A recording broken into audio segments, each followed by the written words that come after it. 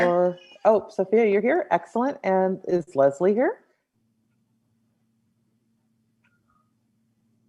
Sometimes getting out of this full screen mode is, but usually.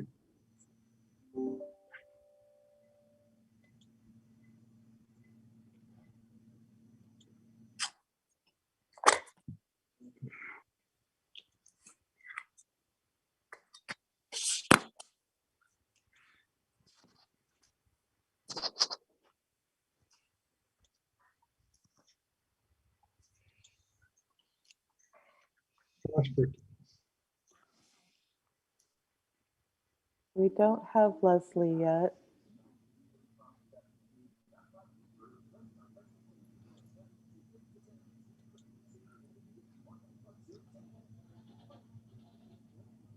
We got a quorum?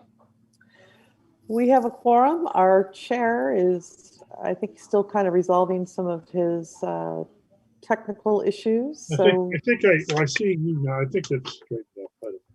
okay. So if you're ready to convene the meeting, we can do that.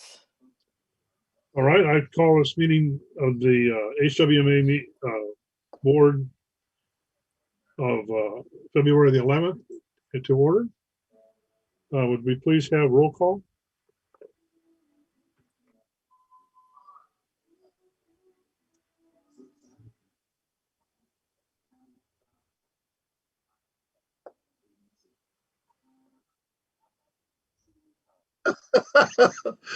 He's here. Yeah.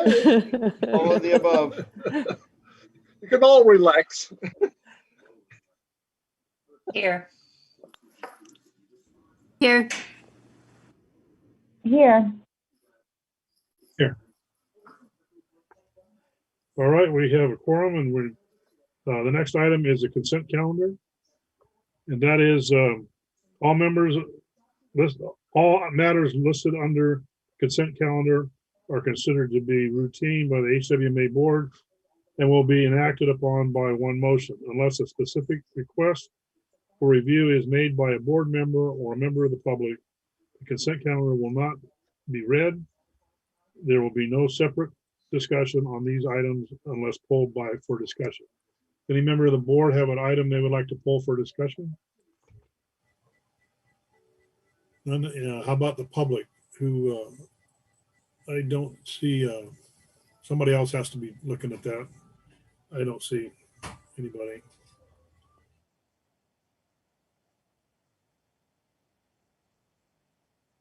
All right, then I will close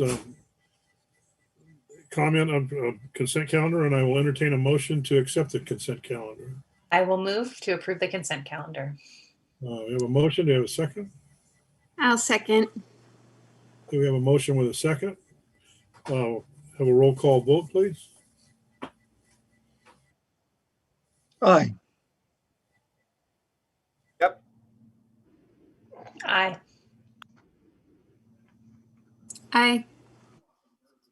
Aye. Aye. Motion passes. Next item is oral communication. This is for this time is provided for people to address the board or to submit written communications concerning matters not on the agenda. Board members may respond. I have a hard time with some of this reading still. May respond to statements, but may request that requests that require board action will be allocated for this item. And the time permitted for each individual speaker. Such time allocations or portions thereof shall not be transferred to other speakers. Do we have any public comment? Mr. Chair, I do want to note that for the oral and written communication that a report was provided by Maggie Gaynor with Zero Waste Humboldt. She is on the line, so she might want to address this specifically. The letter or the information that she sent to all of us was forwarded to you earlier. It was from the Container Recycling Institute, and that was embedded in an email that had a few other pieces of correspondence. So board members do have that. I would just ask if Maggie would like to add anything additional, or anybody else who would like to address the board. I think Linda has an introduction to make as well.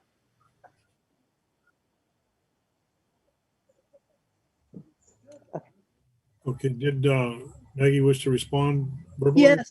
Is this a good time? Yes, it is. All right. Thank you, Frank. Thank you, Jill.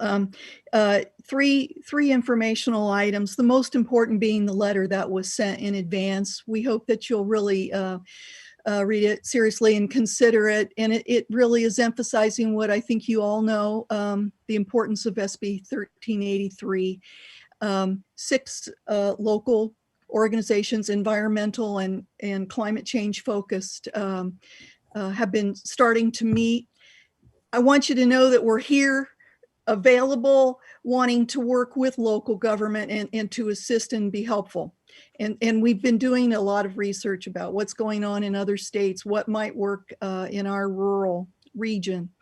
And most importantly, as you all have your important decisions moving forward, to replace Jill in her retirement. In addition to someone who is skilled and experienced in government relations, we really wanted to emphasize someone who could work in this important area. It's such a large portion of the waste stream, and food and organics.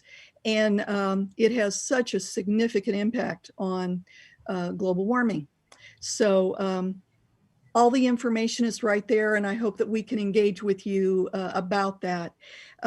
Second one is just that wanted you to skim that CRI report. It's an analysis that compares the 4 types of CalRecycle payments on a dollar per ton basis. And it quantifies the total revenues and estimated costs of curbside and drop-off recycling. It's a little dense. All of that is to say, I look at it and I think, it started in 1987. That's like 35 years ago. It really is time for several of California's mandated types of recycling programs to get a serious evaluation and upgrade and update. We've learned a lot since we started. My third informational thing is we will be hiring at Zero Waste Humboldt this spring. And I thought this is a good place to just to bring this information. If you know of folks who really are interested in waste reduction and this cause, to please send them our way. And we'll be able to get the job description and all the relevant information to them. It won't be till spring. Thanks very much. All right, thank you. Frank, through the chair. Yes. Maggie, you said you've been contacting other states on the organic waste emissions. Yes. What other states did you contact, and what are they doing? Well, the ones that I can off the top of my head mention are early on organized by the Northeast Recycling Council. So we're talking about Vermont, Maine, New Hampshire, that area, Colorado. Gosh, there's a number, and these are in particular related to carbon farming, working with farmers in rural regions. Understood, but are they doing it, or did they just talk about it? You made it sound like they were doing it. They're doing it. They're doing it. And so we're trying to learn everything we can that we could apply to Humboldt. And again, there's more than just one way to, handle the problem.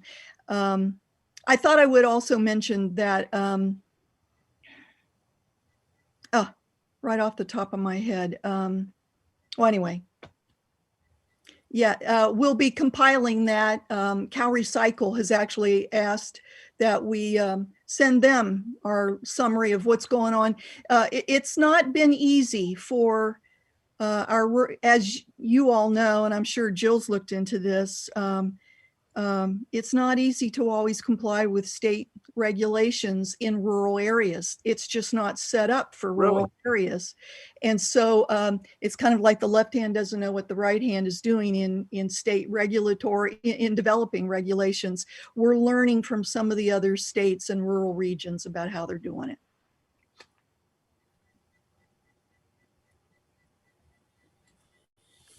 All right. You said you had, Tyler, you had another hand raised?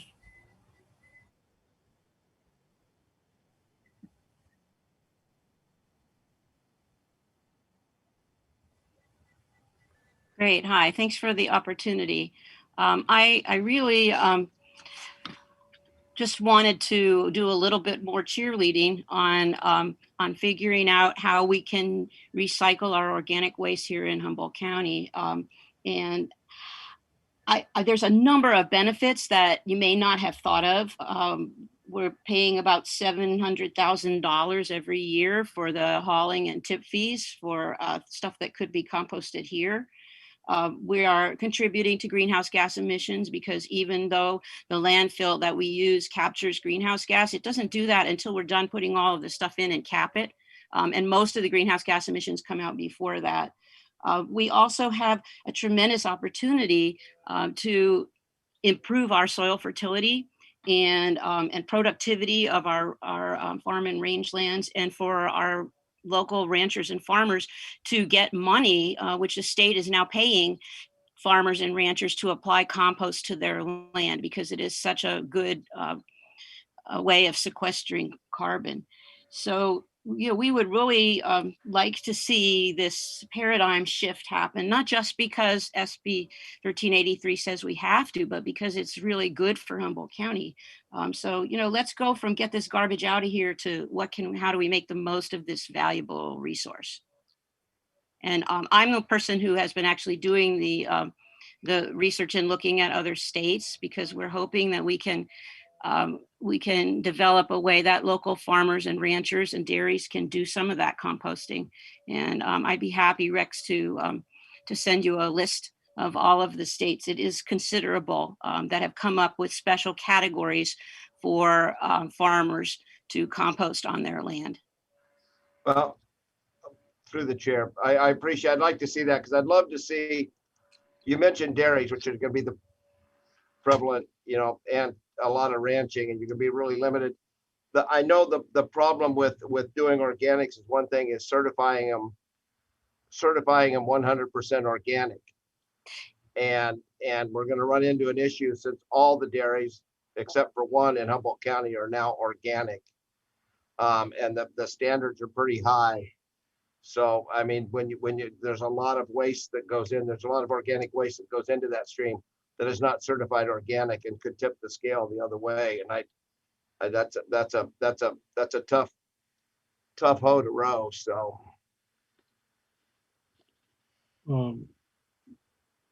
this is probably, I have a question that might go to Director Bone, but it might be best left for this after this presentation on SB 1383. 1333. I might fit better in there. So I'll defer that till that time. Do we have, is that the last of our public comment? You have two more. Okay. Why, thank you, Tyler. Hey, thank you for having me tonight. And I wanted to let you all know that we have a new face in your shared screen, Frank Nelson. He is our new operations manager for Recology Humboldt County. And he's been here for a month, and it seems like it slipped by very quickly. It feels like it was just yesterday. He's learning all the complexities of all the varied operations that we have up here in Humboldt County. I don't know if a lot of you guys are aware is that we have, you know, up here is kind of unique with the Recology operations is that we've got bite sizes of probably about every part of the waste industry here. And Frank has taken it all in, except for organics composting and landfilling up here. But he's got every little pieces of that, and he's getting to know your areas. And so you'll be seeing him and his face around. So welcome, Frank. Welcome. Okay, thank you, Linda. Any other public comment?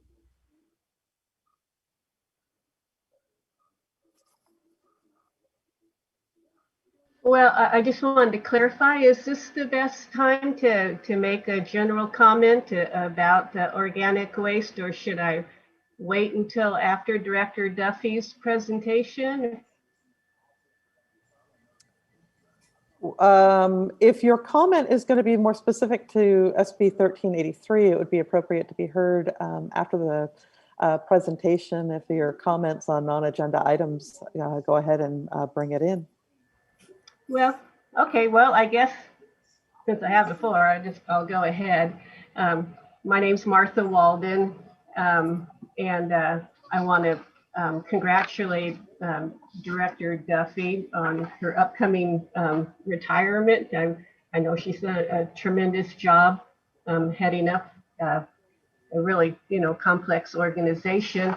I found a phrase in the HWMA 2018 strategic plan update that I really liked. I think it expresses really well, and it's really relevant to organic waste. It refers to the next evolutionary phase of waste management in California, an approach that makes current landfill diversion programs equal partners with materials management to achieve the highest and best use of all materials in California.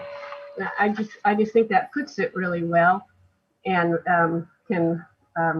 is relevant to organic waste, which can be converted from something we have to pay to bury in a big hole to a valuable soil amendment that can help us grow food without toxic synthetic fertilizers that have been causing a lot of problems for the environment.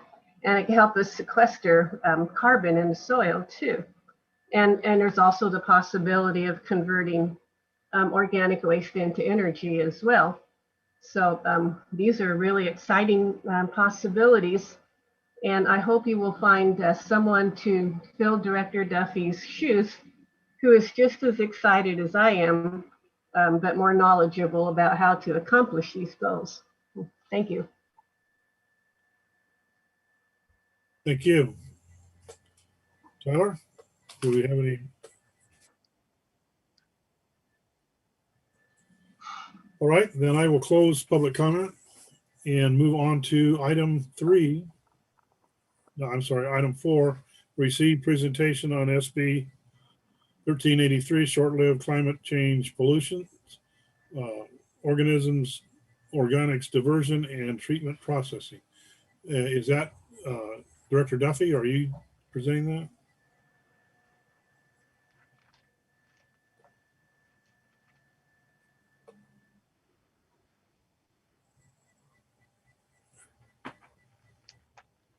Jill is muted. I'm trying to open up multiple files at the same time. My apologies. So hold on one moment. And Frank, that is correct. I am going to be giving the presentation to the board. And I am now trying to work on getting the screen so that we can share it. So Kyler, you've got me set up. Thank you. Can you see my screen?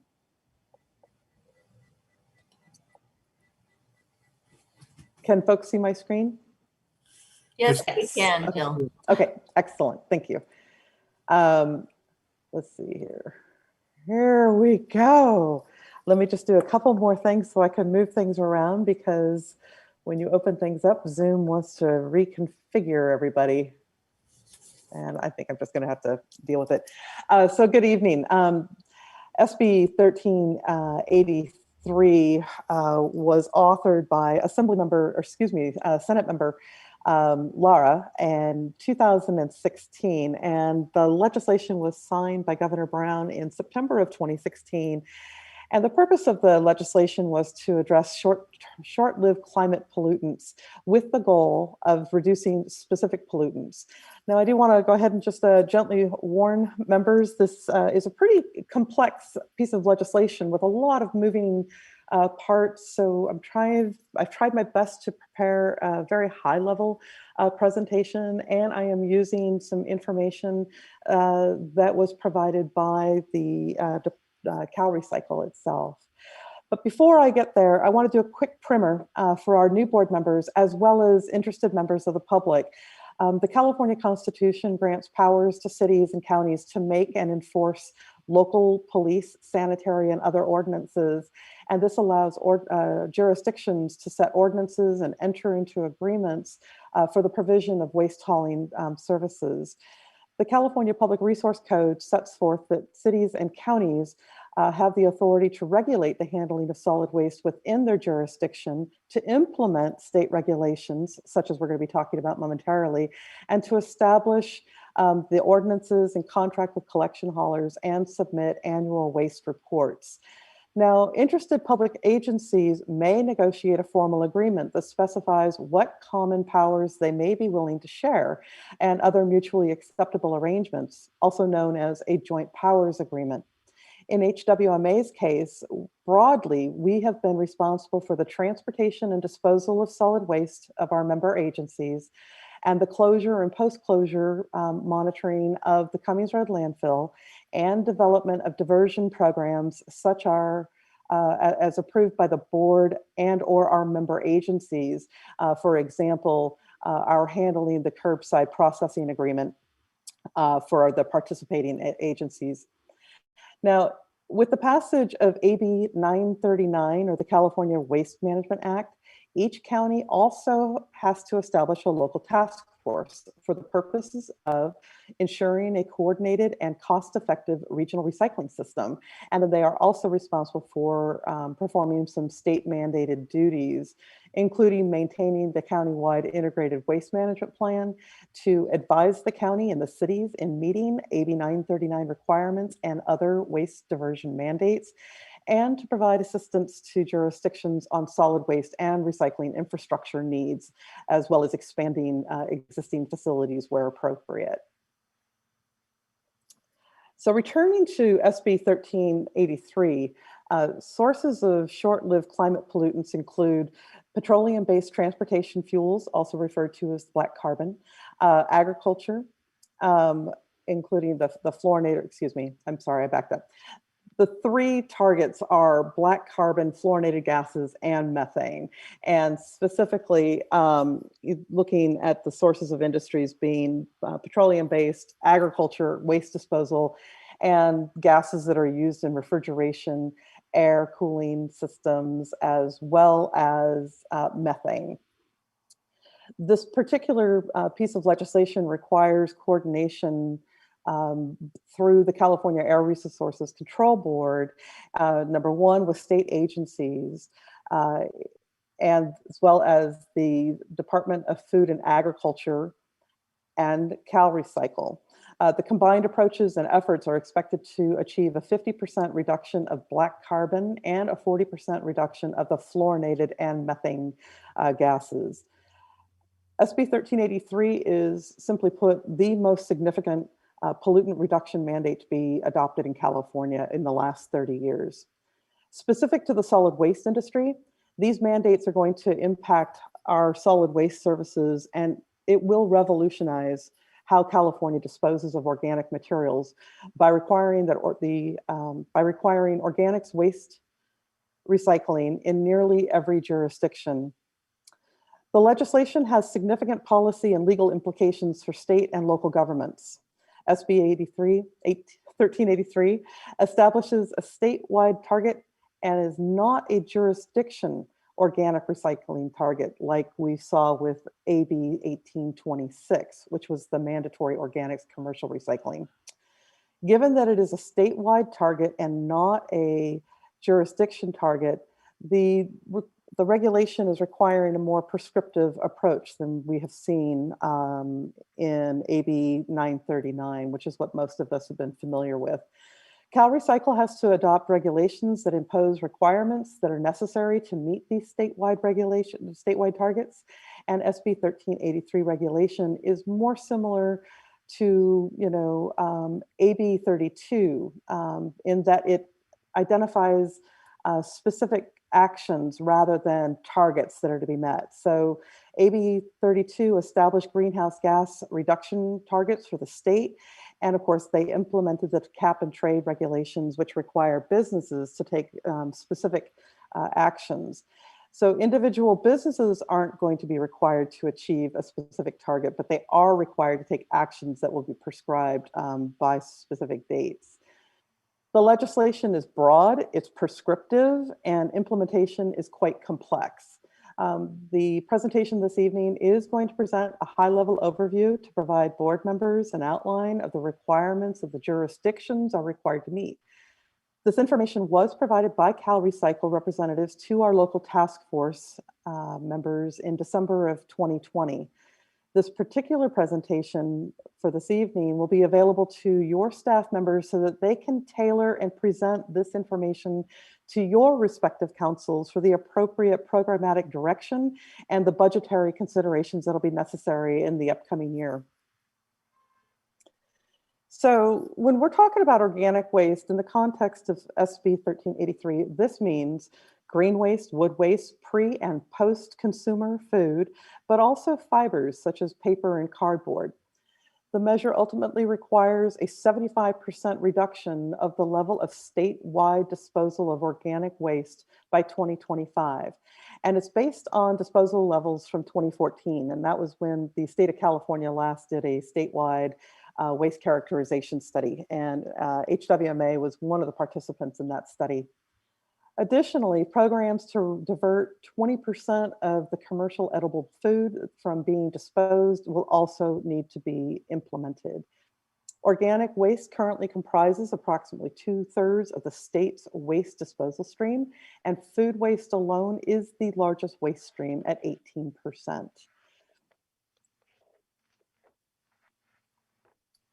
In addition to diverting the food waste from landfills, SB 1383 is also going to require that Californians divert those pre-consumer edible foods that are currently disposed of into food recovery programs.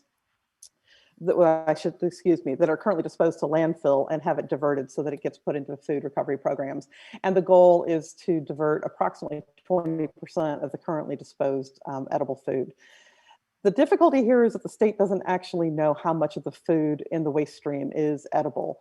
Cal Recycle has conducted a waste characterization study in 2018 to help examine the food waste stream in order to determine how much may be able to be diverted.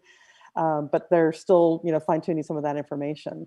And ultimately, what the state does know is that 1 in 5 children go hungry every night in California, and redirecting perfectly edible food that is currently being disposed of to help those in need could alleviate this. So to kind of restate, the intent is to bridge the issue of food insecurity and organics disposed and reduced short-lived climate pollutants that are associated with landfill emissions. And this legislation was established to mandate that that jurisdictions expand edible food recovery efforts and reduce organic material which is disposed of to landfills. To meet the deadline of January 1st, 2022, Cal Recycle is expecting that jurisdictions are planning and making programmatic and budgetary decisions regarding the requirements in advance of the deadline. And this is going to include providing organic service to all residents and businesses, establishing an edible food recovery program, conducting education and outreach, procurement, and capacity planning for the necessary infrastructure. And of course, starting, and here's where I'm running into a little bit of an issue, starting in January 1st, 2024, jurisdictions will be required to take enforcement action against non-compliant entities. There are additional additional details in the draft regulations regarding the enforcement requirements. So I'm not going to go into this because they're pretty arduous and detailed. It should be noted that CalRecycle does have limited funding through a competitive grant program as well as a loan program to help to establish infrastructure for the recycling of organic waste and recovering edible food. However, for the programmatic activities such as the enforcement, inspection, education, and collection, jurisdictions are going to have to plan for budgetary changes and establishing or expanding fees to address the increased cost. To assist jurisdictions, CalRecycle's released a number of tools that jurisdictions can use, such as a model enforcement ordinance, franchise agreement models, and educational materials. Using the 2018 and 2020 statewide waste characterization studies, jurisdictions will have some data needed in order to conduct some of the capacity planning requirements for their localized jurisdictions. Although the regulations are in the final stages of being approved, the major components are not expected to change. Local governments need to be acting now in order to have the programmatic and budgetary changes and the applicable ordinances adopted and in place by January 1st of 2022. So the organics diversion strategies are going to entail the general topics that you see here on the screen, and I'll further expand on them in a moment. But one of the things that everybody asks whenever we talk about any state legislation that's coming down the pike is, well, can we be exempt? Are there any waivers? And quite frankly, the answer is waivers will be available to 3 of our local jurisdictions, and that is due to their size. But I want to emphasize that it's only going to be temporary. These waivers are going to require that an application be submitted probably about December, and the jurisdiction has to be compliant with AB 1826, which was the organics diversion. And it's only going to be good for a 2-year period, after which those jurisdictions are expected to be compliant, to at least move towards compliance with SB 1383. So as noted, jurisdictions are going to be required to adequately resource the development of all these programs, and portions of the programs are going to be new. Several of these programs are going to be new. I'm speaking all backwards. Some of these programs are existing and will need to be expanded, and some of these programs will need to be newly established. So the most basic of the regulation is that jurisdictions are going to be required to provide organic waste collection service to each of their residents and businesses. The regulations are also requiring that all residents and businesses must use an organic waste recycling service that meets the regulatory requirements. Jurisdictions must have enforceable requirements on their haulers that collect the organic waste in the jurisdiction, and also for commercial and residential generators and self-haulers. So there's a lot of detail regarding the types of allowable collection programs, and these are just some of the high-level requirements here. I'm going to throw all of these up just to be a little easier here. So this is going to apply to all organic waste, which means green waste, wood waste, food waste, manure, and fibers. Containers will be required to meet a uniform container color, any shade of gray or black for trash, green for organic waste, and blue containers for traditional recyclables. And this needs to be in place by January of 2036.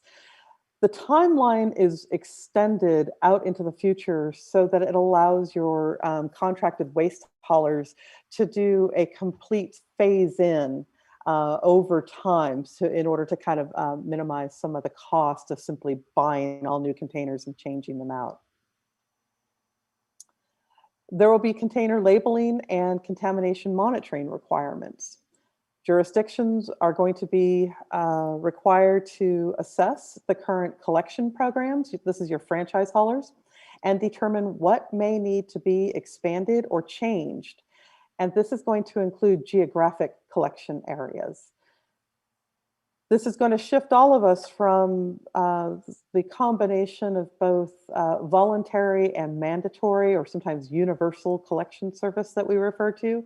And this legislation is requiring that collection service is mandatory to all residents and businesses that are served by franchises. Now, there is some contradictory information to date about imposing mandatory curbside and route collection in areas that self-haul is the predominant means of transporting solid waste and recyclables. And for instance, I will use myself. I live here in the small burg of Orick, and we don't have curbside programs. If this goes forward, and there's some clarification on this item, it's entirely possible that the county is going to be required to extend franchise collection of materials to all rural communities and up some of those far-flung areas. So as presented, CalRecycle appears to be requiring that all counties in the county have curbside collection services for trash, recycling, and organics processing, which certainly is going to pose a pretty serious challenge for the larger rural communities. RCRC has been very active and tracking and trying to have input with CalRecycle on this particular component of the legislation. There is also a provision in the regulations that will enable households to potentially be granted waivers by a jurisdiction if somebody's wanting to do home composting, but those details are still being worked out, and it is likely that the jurisdiction will have to periodically perform inspections to ensure that that is the case.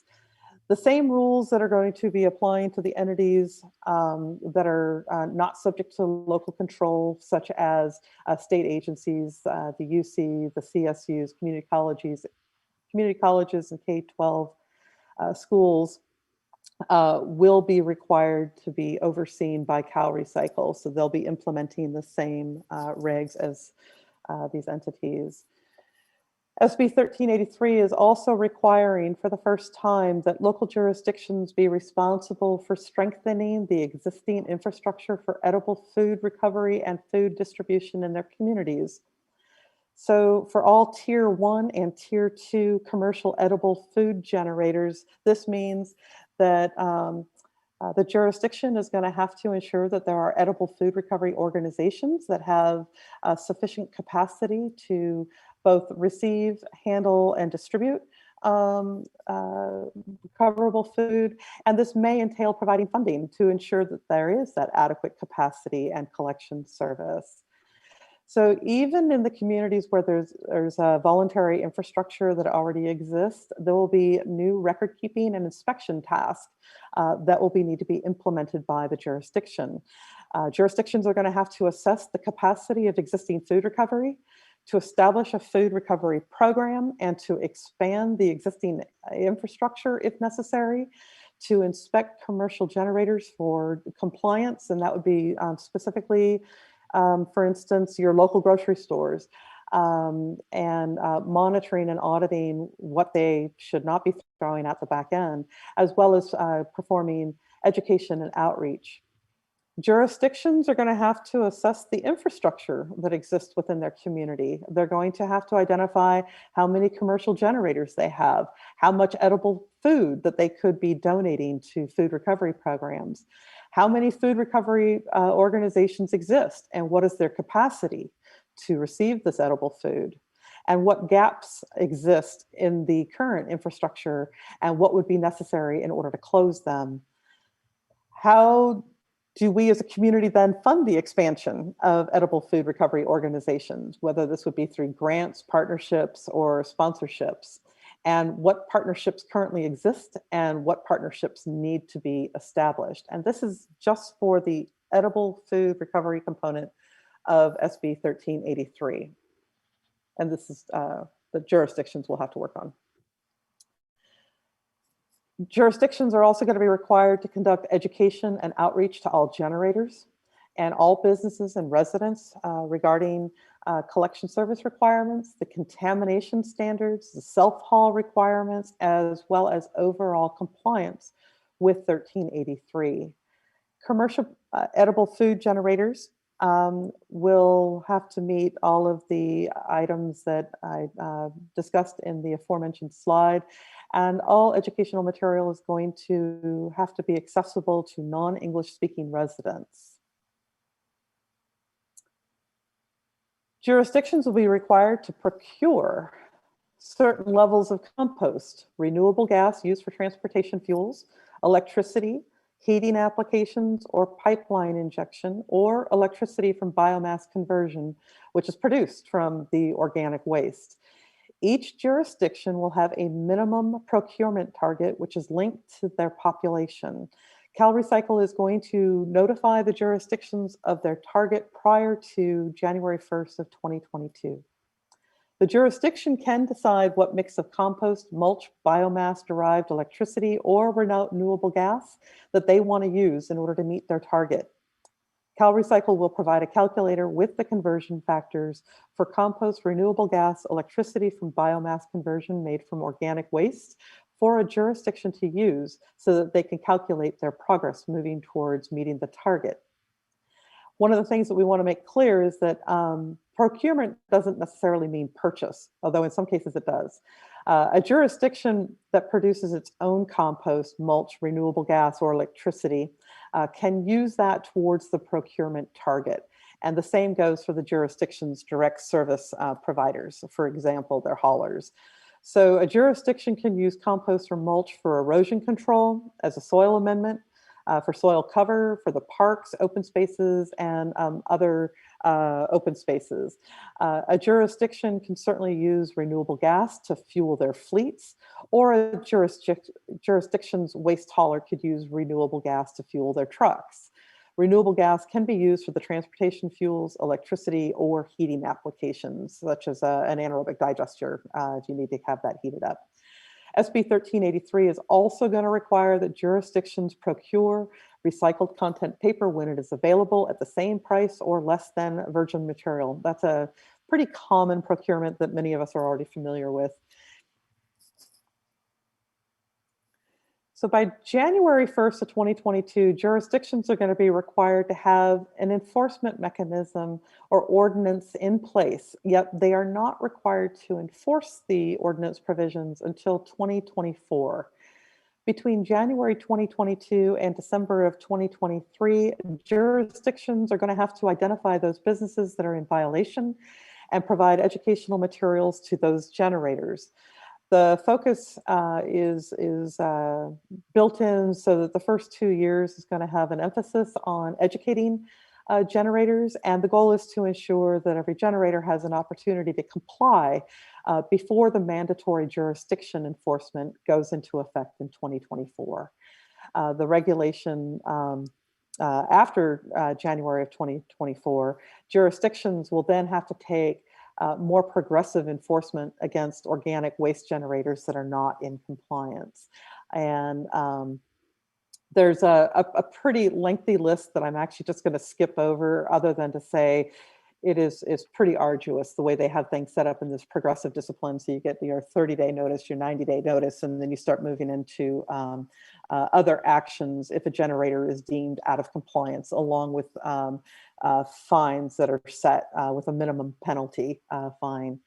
So, really the key tool around this one here is going to be the early development of a robust educational program so that we can minimize the amount of future enforcement that jurisdictions will have to take against their residents and businesses. Kind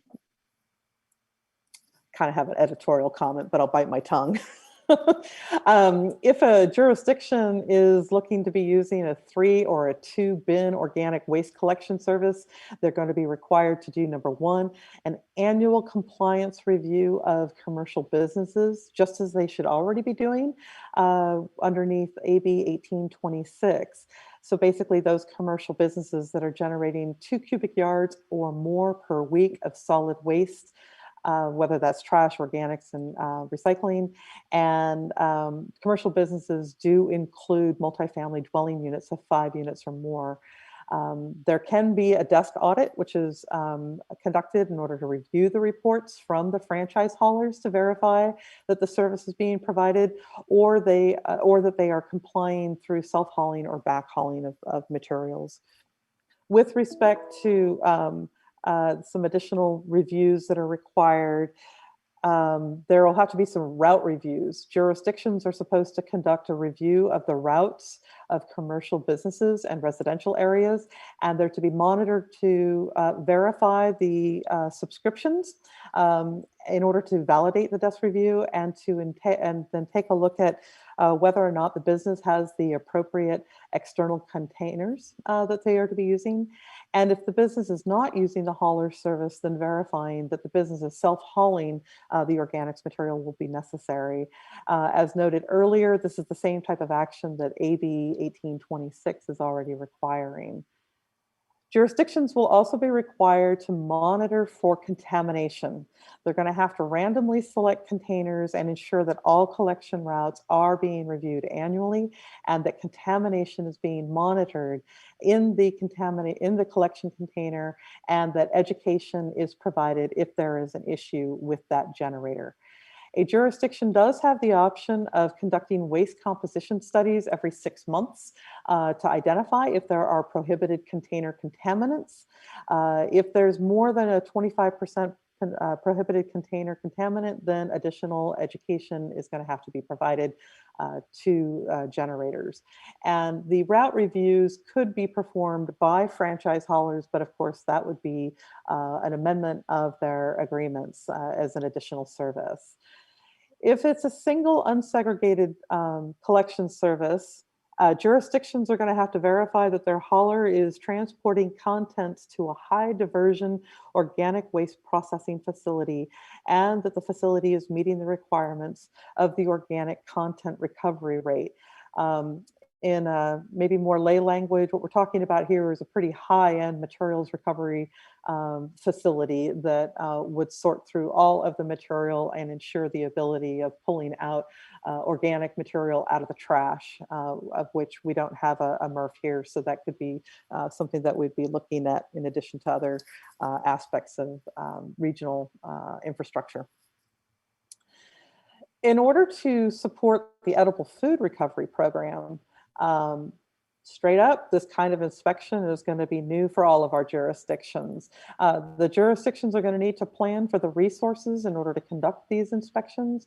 And certainly it would make a lot of sense if the cities could coordinate and make some form of proposal to put forward to the county environmental health department, because they have inspectors who are already visiting the food waste generators, and they could be developing some mechanisms for the information to be regularly reported back to the cities.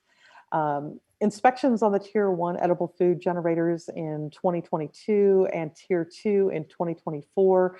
You're going to have to verify that they have arrangements with food recovery organizations, as well as verifying that the food generators are not intentionally spoiling food that can't be recovered. That can be recovered, excuse me. There are additional requirements that jurisdictions are going to be required to meet that are going to require familiarity specific to their respective jurisdictions, departments, and staff members. In terms of the record-keeping requirements, all jurisdictions are going to have to maintain information in an implementation record, and many of the sections that are identified here are going to have a minimum level of record-keeping, such as the ordinances, the contracts, and franchise agreements. And this graphic is really just a snapshot in order to kind of identify those items that are going to be required to be in the implementation record. And of course, CalRecycle staff may review the implementation record as part of their audit at any time. The implementation record is going to have to be stored in one central location. It can be kept as either a physical or an electronic record, and it needs to be accessible to CalRecycle staff within 10 business days, and it has to be retained for a period of not less than 5 years. So each jurisdiction is also going to have to plan for adequate capacity for edible food recovery and for recycling of organic waste. For edible food recovery capacity, each jurisdiction is going to have to plan to cover 20% of the edible food for human consumption, and they must identify those tier 1 and tier 2 commercial edible food generators and secure necessary funding for any necessary edible food recovery infrastructure. Each county is expected to lead this effort by coordinating with the cities in the county to estimate the existing, new, and or need for expanded capacity. Counties and cities must demonstrate that they have access to recycling capacity through existing contracts, franchise agreements, or other documented arrangements, such as a memorandum of understanding with HWMA or a private contractor for the development and processing of organics infrastructure. There are requirements for each jurisdiction to consult with specified entities to determine what the organic waste recycling capacity will be. And these entities will include the local enforcement agency, the local task force that we discussed a few moments ago, the owners and operators of facilities, community composting operations, and from citizens such as the disadvantaged communities in order to discuss the benefits and impacts that are associated with the expansions or the proposed facility placement. For edible food recovery, the county and the city is going to have to contract with edible food recovery organizations that serve that jurisdiction to determine how much new and or planned capacity is going to be necessary. If capacity cannot be guaranteed, then each jurisdiction within the county that lacks capacity must submit an implementation schedule to CalRecycle that includes specified timelines and milestones, including the funding that will be necessary for the development of the infrastructure. The county must collect data from cities on a specified schedule and report to CalRecycle. Cities are required to provide the required data to the county within 120 days. And the starting of the year for this purpose is going to be for 2022. So that report's going to have to cover 2022 through that 2023. Subsequent reports are going to be required to be due every 5 years and planning for a 10-year planning horizon. So as introduced, SB 1383 is not limited to just food diversion or organics processing. Jurisdictions are also going to have to adopt an ordinance and or other enforceable requirements that requires compliance with CalGreen and water efficient landscape ordinance requirements. This is going to provide readily accessible areas for recycling containers in commercial and multifamily units. Recycling organic waste to be commingled with C&D debris would have to meet CalGreen's 65% requirement for C&D recycling in both residential and non-residential projects, and require new construction and landscaping projects to meet water efficient landscape requirements for compost and mulch application.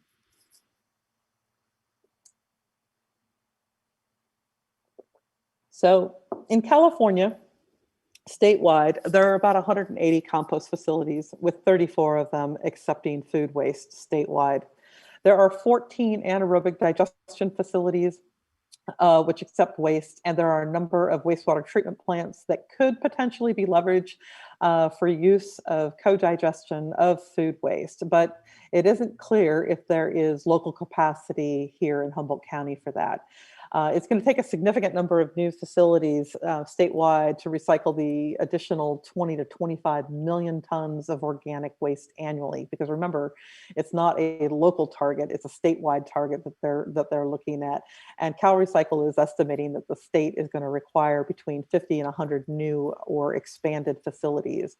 Now, locally, in the early 2000s, HWMA entered into a public-private partnership for the development of Madera hardwoods to divert and compost green waste from HWMA and the city of Arcata customers who were self-hauling their green waste material. Over the years, that particular service has expanded in volume due to a greater number of customers who are delivering green waste, in addition of green waste collection and hauling services that have been added in, for example, to the city of Eureka and in some areas in the county. And of course, with these new requirements underneath AB 1826, that organic material be diverted for composting or processing. That facility is permitted to process 10,000 tons annually of green waste.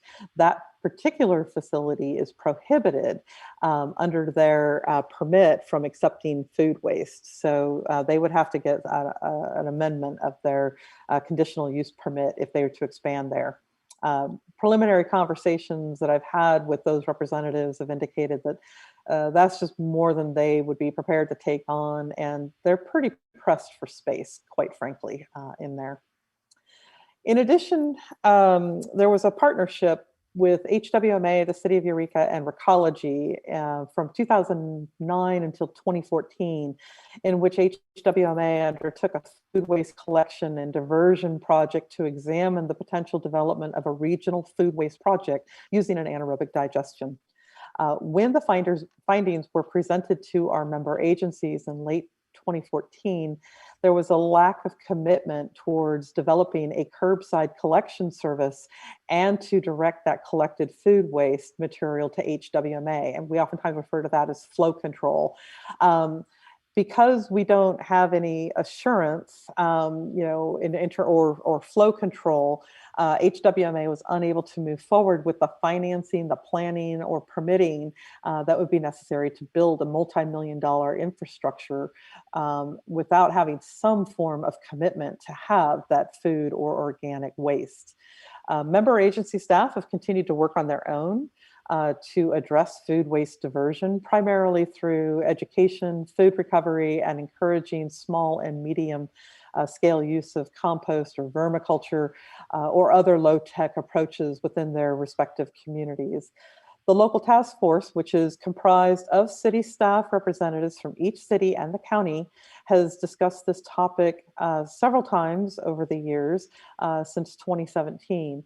However, the specifics of developing a regional processing and capacity facility needs has stalled. HWMA and Recology representatives regularly attend these meetings. So far as CalRecycle is concerned, they will be authorizing the low population and rural area waivers. And in the case of entities such as public universities, which may be exempt from local solid waste oversight, CalRecycle will be directly responsible for ensuring their compliance. This, of course, will be monitored through their existing state agency monitoring process. CalRecycle will be enforcing jurisdictional compliance. For example, they're going to be verifying that all organic waste generators have service, and that that jurisdictions are providing education, and they will be issuing notices of violation within correct timeframes. And I want to remind everybody, yet again, this is a statewide target. It's not a jurisdiction organic waste diversion target. And SB 1383, unlike AB 939, they prohibit the jurisdiction target. And so as a result, these regulations are more prescriptive, and they do establish state minimum standards. Jurisdictions are going to have to demonstrate compliance with each of the prescriptive standards rather than the determination of a good faith effort, which is what CalRecycle oftentimes has done when they come out and do their inspections here. And they're going to be looking at a suite of indicators to determine whether or not a jurisdiction is actively trying to implement programs and achieve the targets.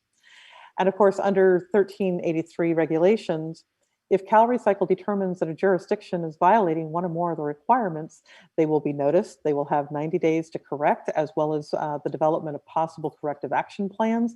And quite frankly, it's going to be a progressive, but a very firm approach to ensure compliance. One of the things,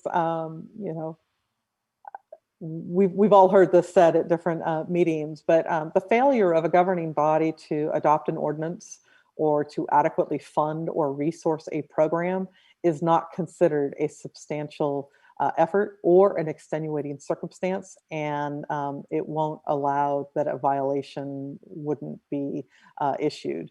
So they're basically saying ignorance is not going to be an excuse to sliding out of this. So in terms of some local efforts to date, as previously mentioned, we do have the green waste processing agreement, and we had undertaken the anaerobic digestion facility. And of course, there's the local task force meetings, which I encourage folks to participate in. More efforts to date, HWMA has undertaken the waste characterization study, which was initiated in February of last year. Because of the pandemic, we did have to postpone the second round of sampling, and that is going to commence in June of this year. We anticipate that the final report will be available to the board and the public by this fall. One of the things that this particular waste characterization audit included was an evaluation of those edible foods that could be deemed recoverable, just trying to get a sense of whether we were having grocery stores or whatever just dumping some of their materials as part of that audit. The cities of Arcata and Eureka submitted a joint application with Food for People and Humboldt State University for a food rescue project. This project was not specific to SB 1383. However, the information that is derived from it will help to populate some of the information that the jurisdictions are going to need to be gathering. And of course, the cities of Ferndale and Fortuna and Rio Dell, they are actively engaged right now in conversations with their franchise hauler to look at amending those 3 collection agreements and identify ways in which there's some standardization and a uniform approach to being able to serve the collection services in that area. So in your packet, there was a summary checklist, and the state has contracted with HF&H. It's a consulting firm based in the Bay Area, and they are helping to develop the tools, model ordinances, and hauling agreements, as well as a checklist to help local jurisdictions get started.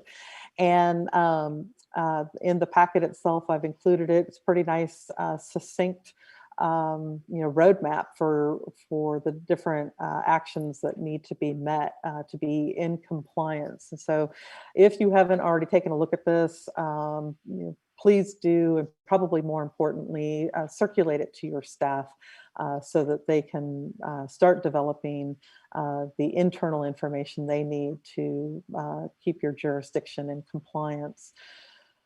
So certainly, for HWMA's board of directors, we're encouraging that as representatives that you ask your staff to present to your respective city council and board of supervisors a presentation describing the approach, the necessary resources, and the timeline that your jurisdiction is going to need or use to meet SB 1383's requirements. And certainly encourage from respective city council and the board of supervisors meeting and being explicit around the encouragement of council conversation and discussion and a determination of regional coordination efforts that will be necessary for planning and development. And strongly encourage that your staff attend SB 1383 webinars and to review the available implementation roadmaps in order to enable appropriate strategic implementation. And here's a couple of websites for your use. So it's pretty monumental. I think that there's certainly going to be an opportunity for HWMA and other private or public entities to find a role to play. But the conversation really needs to occur first within the jurisdictions, and then we can start identifying where are those opportunities, because collectively this is going to be a pretty heavy lift for all of our communities. SB 1383 does make the provision so that local jurisdictions are able to establish charges in order to fund a pretty wide array of programs. This is not going to be insignificant. I've heard some jurisdictions talking about 40% plus rate increases. Down in the San Diego area, they've already begun distribution of organics containers and doing that collection. So many jurisdictions that have more resources at their availability are actively implementing the state requirements. So with that, I'm going to conclude my report. I would ask the chair if he would mind if Linda Wise could address the board as well, because she has been immersed. I mean, this is a long presentation, and most of the other presentations go on for 4+ hours. So I've done my best to consolidate everything so that you can at least get your heads wrapped around it. Yeah, I would like to hear from Linda. And to be quite honest with you, a lot of what you're presenting, other than the last meeting or two where the 1383 has come up, this is all new to me. I mean, It is. I have not heard this. This meeting that you talk about, it's the Humboldt County, it's the county, The local task force. local task force. That you said that meets regularly and talks about this? They meet regularly, and this is one of many topics they discuss, but specifically at the December meeting, they had a presentation from Cal Recycle. Both Linda and myself are very aware that the conversation around 1383 has not been making it to the council or board of supervisors level. And it's one of the reasons why I wanted to go ahead and provide this presentation to you. It's a little uncomfortable. It's a little bit of that chicken and the egg in terms of which comes first. Typically, when you're looking at these state mandates, your staff is working on it typically internally, but we're just not seeing those conversations, and there is a ticking clock, and we want to make sure that HWMA representatives are aware of it. So if you could go back to your respective jurisdictions and ask your representatives, what is the plan for ensuring that we are in compliance moving forward? When I spoke with jurisdiction staff, this last year has been really pretty arduous on everybody, and everybody is pretty, their plates are full. And I think that, like I said, the lift on this is just going to be tremendous. And I think they need a little help being asked, what are we doing on this? How can we help? What do you need in terms of policy direction? What do we need to do from a financial perspective to make sure that we are moving forward with the key mechanisms so that we can meet that January 1st date? Well, and I think I've heard other directors in other places as well, particularly here. I know Rex has commented on it several times, that the big scapegoat of everything is it's a pandemic, gosh. Mm-hmm. So if something's not getting done, then we blame the pandemic and whether we were going to get it done in the first place. And so I guess I'm not alone in the fact that I'm not the only one that hasn't heard of this 1383 for whatever reason. That would be correct. That would be correct. All right. I'm going to leave that alone. I guess if Recology, Linda from Recology would like to give us some input, I would appreciate that. Thank you, and I want to say to all of you, thank you for bringing this up tonight, and I'm glad it's coming up to in the presentation. Jill did a really good job of kind of congealing it into a smaller package, but there is a lot more to that. I attended what was a short meeting from the state representatives on Cal Recycle, and it took 3 hours. And there were still, you know, a lot of details that you know, I didn't have. I want to say that all of your staff, you know, care very deeply about this and around the waste issues. And when they come to the table, they do have very true, doing a lot of work in the waste area. I do it for Rio Dell, Ferndale, and Fortuna. We began talking about framing universal collection in that area, with the idea of being able to check off some of the boxes that's going to be required with 1383. The timeline is very, very, very tight with compliance. For us to be able to get equipment on the ground and get something going would take us at least 18 months after we reestablish some contracts. And that's going to take a long time as well, just not on ourselves, but also on each jurisdiction's legal staff. I want to make sure that there's, my coming here is that there's realistic expectations about how quickly these programs can be implemented. At least 18 months for me to get a truck from the date of when we can get a contract going. And that doesn't include all the ordinances that the cities and county have to write themselves. So I want to impress on you that this is important to be starting as quickly as possible. And we'll do what we can to work with the jurisdictions to be able to work on being able to illustrate benchmarks that are being met as far as our collection services and the franchise agreements are concerned.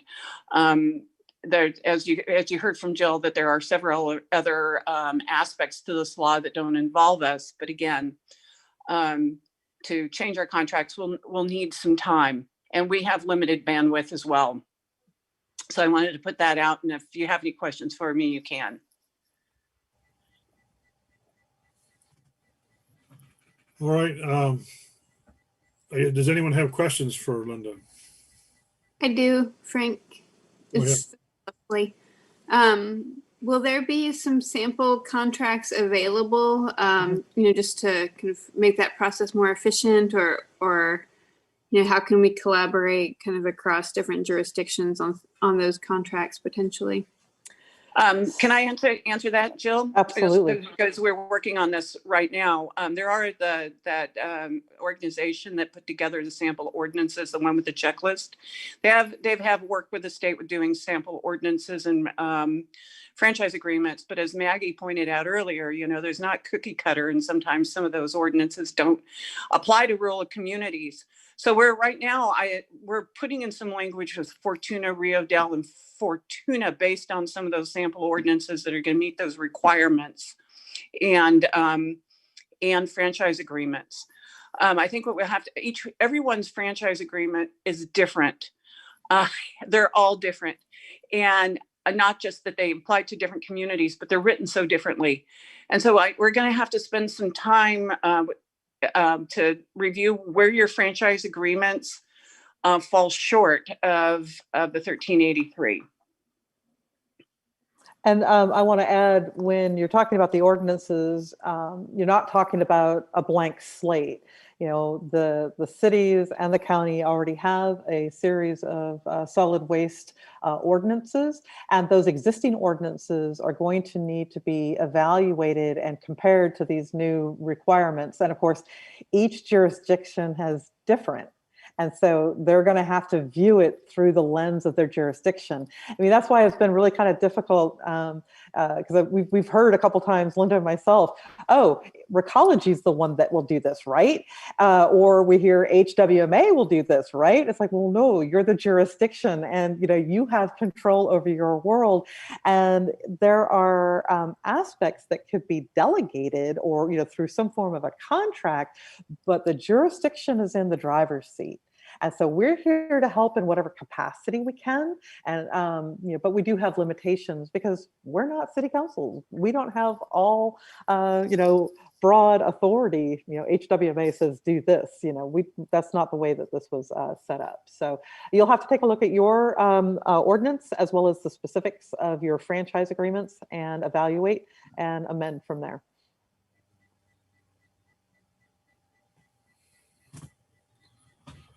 I'm not sure where to go next with this. Are there any other questions? I guess any other directors have questions for? Yeah, Frank, through the chair. Yes. Back in 2014, the anaerobic, the other thing is we didn't know if we could provide enough material to run the anaerobic. I mean, that was number one, considering what the cost would be to run it and then the millions and millions. But you have to understand that almost 45% of our population actually lives within about 120 square miles in Humboldt County. The rest of the population lives in the other 4,280 square miles, which means they're all over hell and be gone. And a lot of those are self-hauls. And a lot of those are just areas we're not going to be able to get to. And I mean, and be cost efficient. I mean, 40%, you say a 40% increase. I mean, it's going to be more than that. I mean, by the time you decide where we're going to get rid of it, what we're going to do with it. And I mean, that's not my number. That was provided by the state. They kind of thought, it would be this. And I'm like, yeah, if it's 40%, well, those are my numbers. It's way bigger. I'm just going off my numbers of where we're at, because like you said, RCRC, we missed being on that, every other county but one below us on density in the state is not in the program. Right. Because they hit that 75,000, I think was and I know we are trying to get a density level so we can go density 2 square miles also. Because I mean, you can have 75,000 people in 800 square miles in a smaller, in a smaller area, but we've got 4,480 or whatever square miles. And this is going to be a lot bigger. I mean, I see a 75% increase in collection fees if we're actually going to do this or we're going to get a lot of people that are going to have compost piles that they never compost. And I mean, I have my own misgivings with Cal Recycle. You got to remember, those are the people we're looking for to help us on our beverage recycling. And that's working so well. So it's a long road to hoe. And if you start sending trucks out to some of the areas we're talking about, the carbon footprint's going to far exceed the methane. And I know there was talk about methane. I know we're going to Dry Creek and I know they collect methane, but Dry Creek caps every night, if I'm not mistaken, don't they? They only have, when they've got a cell that is open, it's less than 5 acres. It's like 3 acres that's open. And then when they've filled that part of the capacity, then they cap it. So they don't cap it every night, but they cap each cell. So at any given time, only 3 acres is open, not the entire acreage. Yeah, okay.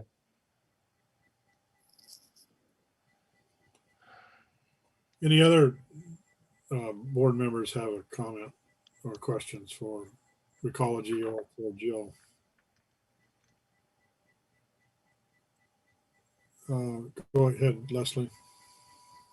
I'm just curious if you could say a little bit more about the potential role of the local task force, or we talked briefly about it being stalled, but like how could that kind of maybe play a bigger role in this? How would you imagine that? I think the primary challenge with the task force is these are folks whose plates are already really full. How are representatives of the task force designated? They come from your respective city managers. So the city managers will identify who, including themselves, who in the staff capacity will serve as a representative from that entity. The city of Arcata's lost a lot of sort of institutional memory, if you will, with some recent retirements. And I know that with the city of Eureka, you've got two new folks that have been stepping in, and their enthusiasm, I think, is what really keeps a lot of people coming into the meetings and happy to engage. But this is a really, really heavy lift. And I think that what they need to hear from councils is that this is a priority, and we need to make sure that the allocation of time and resources will be designated so that these folks can, really be focused and, really identifying some leadership within the community that can help spur this forward. This is really large. I don't know right now of folks that really have that sort of capacity, and I think the drive is there, but really the capacity to do the strategic presentation of how do we move forward. And so I don't know if it's going to be the strategic task force, excuse me, the local task force, if it's a matter of bringing in some consultant work or something, but strategically there just needs to be an outline of the pathway forward. Now, the ESJPA is it's the Environmental Service Joint Powers Authority, and it's a kind of it's different, but it's related to RCRC. They produced a phenomenal roadmap for counties to use in guiding what their approach is going to be. I do not know if there is something similar that California League of Cities has put together. I kind of think they might have, but I really feel like now's the time to get all the resources on deck. The local task force is going to need to figure out the regional planning and capacity needs of the organic material. And the jurisdictions are going to have to decide whether they want to do it on their own or to be working regionally. And if there's going to be working regionally, developing some mechanism through a contract, memorandum of agreement, or something that gives flow control so that you can see the development of either a private, public, or a public-private sort of infrastructure. So, I mean, right now it's kind of a blank slate, and I think that's the difficulty. And each of the jurisdictions thus far has been wanting to kind of take their own pathway. And really, we need to be working on the development of a road that is incorporating all of the jurisdictions instead of various things. So I wish I had a really simple, easy answer for you, but you all have such diversity in terms of the respective councils and the board of supervisors. We really need the councils to take it up as a conversation and give some, just some general principles of agreement for what you're looking for to provide that direction to both your staff, as well as how, certainly myself, Linda, anybody else in the private sector could be looking towards as we are developing proposals for your consideration.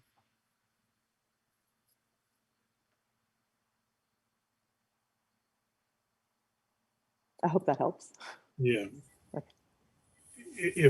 Am I correct in getting that this is actually a pretty big deal?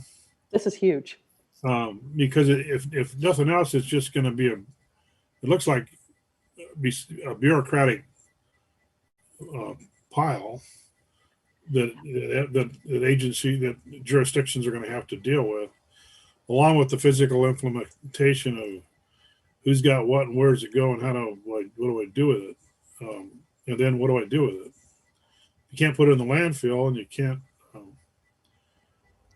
So you're correct, and I would say that just the requirements around identifying edible food waste and tracking that. I mean, that's a whole program by itself that's going to require staffing and a place and funding in order to bring those things together, jurisdiction by jurisdiction. Now, what we know about JPAs is that if you all decide that that is a responsibility that you want to delegate to a JPA, that can certainly be done. In the case of HWMA, It's not currently in our wheelhouse, but it could be something that we could amend, but it would require a full amendment of the Joint Powers Authority. Or likewise, all the cities could decide that they want to enter into some sort of a memorandum of agreement or agreement with the County of Humboldt, so that the County of Humboldt becomes that centralized location in order to help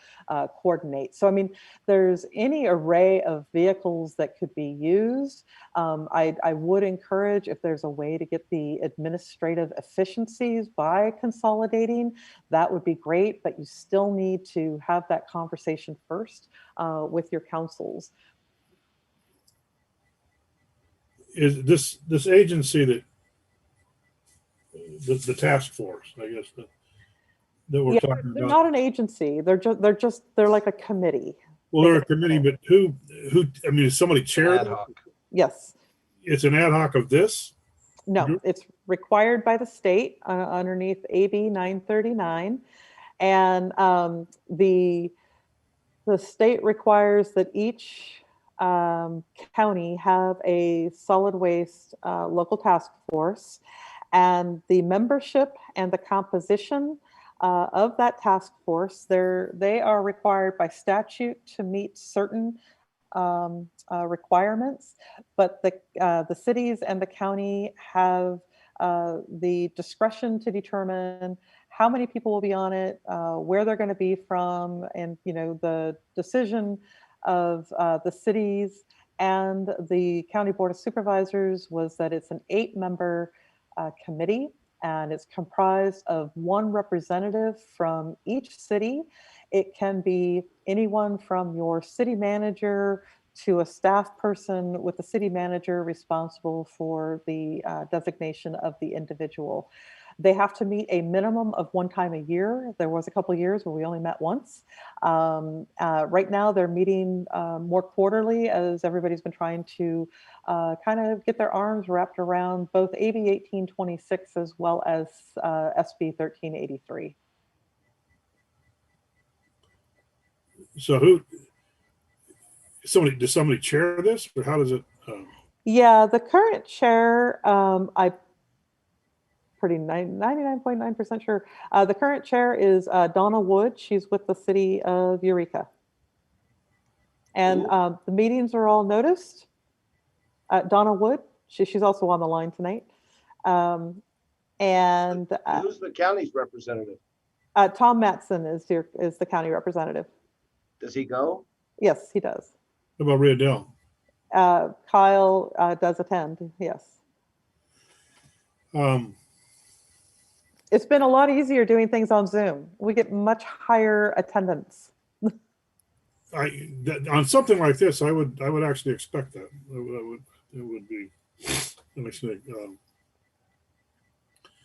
Okay, well, we have a council meeting next week. I'll definitely get this approached. I don't know if it'll make it to the agenda, but we have a point where we bring up what happens like in these meetings. Mm-hmm. Where we can at least talk about it. I'm more concerned about what it's going to do, not today or tomorrow, but before that 2022. It's going to become stuff that's just, as you mentioned, that are already full plates on, and we're all small jurisdictions, pretty much in the county, except, whatever small means. I'm just kind of befuddled because I don't, just kind of out of the blue, the more we talk about it, the larger it looks like it's going to dominate conversations that we really don't have time to dominate. We're still trying to figure out what to do with an empty Coke can. And those are the guys, as Rex said, that are trying to steer this boat, throwing out rules to do. I see a similar thing in our CEA where they do a thing for procurement, and they make up these numbers that they still hard to get a clear answer where they get their numbers when each jurisdiction is going to have, here's your share of this number that's not a goal, but yet it's a goal, and here's your share. Mm-hmm. So you got to reduce your number by this much in order to make it happen, to hit a regulation some state official passed. So where do we want, where's the next step we need to go here, Jill, for tonight? So for this evening, there's no action which is being requested of the board. As I noted at the last meeting, this has been an issue and a concern. Linda and I have talked about this a lot. We bring it up with staff whenever we can, and we did have that presentation in December, and then of course Elaine asked the question at the last meeting. What are we doing about 1383? And so I've been working on trying to get this presentation down to something that you kind of get your arms wrapped around, because it's really easy to fall into the details. The regulations that are associated with it are pretty tremendous. So what I am hoping that you will each do is, as representatives, go back to your staff, whether it's the city manager or somebody who's handling solid waste, and say, hey, what are we doing? How do we get this elevated so that we're having conversations at the council level? I don't think it's a bad thing not to have all the answers. This thing is so large. I think it's really important to get it out in front of people so that they can begin to understand the complexity, so that there is both the community buy-in, the council buy-in, because it's going to cost money, and then developing a pathway forward. And in the course of that, identifying where is there overlap, where can we get the efficiencies of scale, so that as we're implementing things, we are working together regionally. So whether that's in the administrative sense, or the educational component, or even in the infrastructure development piece. I would expect that HWMA will have a role in there, but until jurisdictions say, we want HWMA to play a role and we are willing to make a commitment of this tonnage so that you can start, planning and whatnot. I mean, there's some moving pieces. So I think the big thing is, hey, who knows about SB 1383?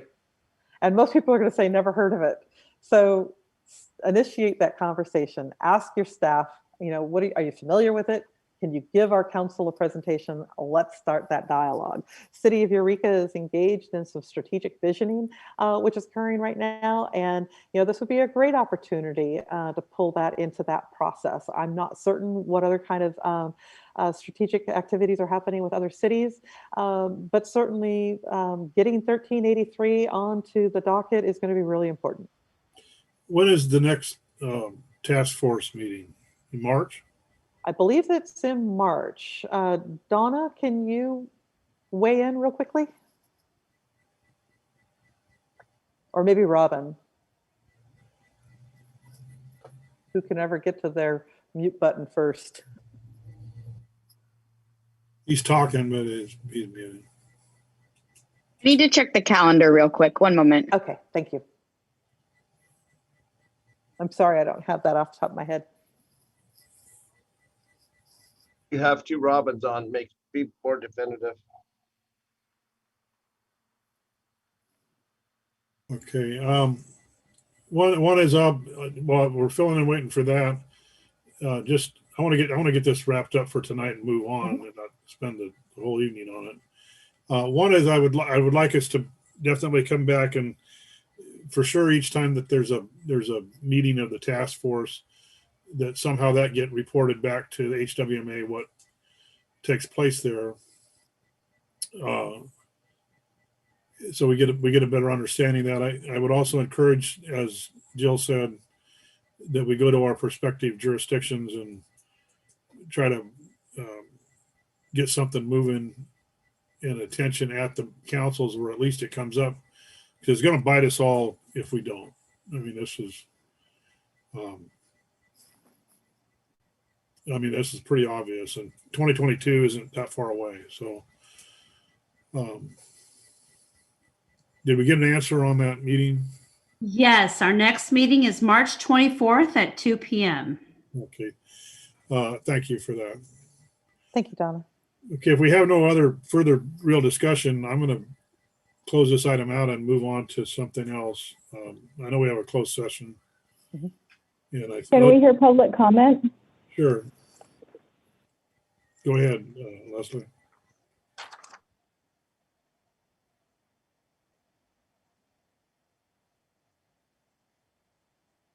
Oh, I was going to respond to something that the city of Rio Dell was commenting on.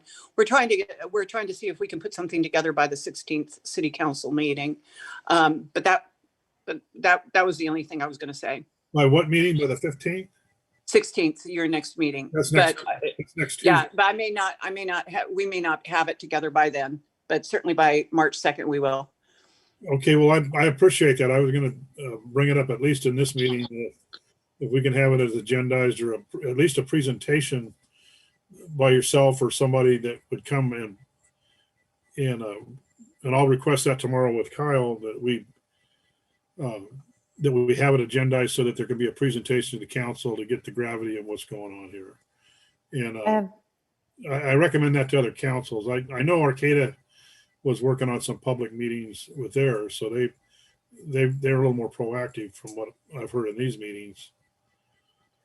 And I do want to note that I promised the staff that once I got this presentation built and completed, that I would send it to them. That way they could take a look at it and customize it for their jurisdiction. And that would at least help to bring all of your council members to the same understanding that you guys are now developing at the moment. So we'll get them that information. Might take a little bit of time for them to do this.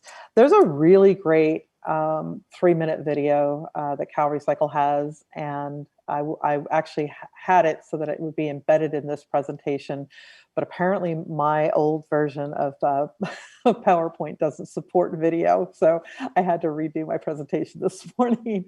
But I will send that link out as well, because any of you can take a look at it and just hit YouTube, and it'll help further explain things too. So you're going to forward that link to? I will forward that as well. Thank you. Did any other staff members have questions or comments? I mean,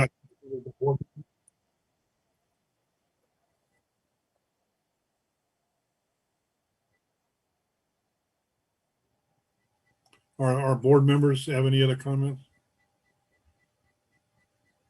Give you a chance. I think Maggie would like to address the board. Yeah, quick reminder. We don't want to have parallel realities.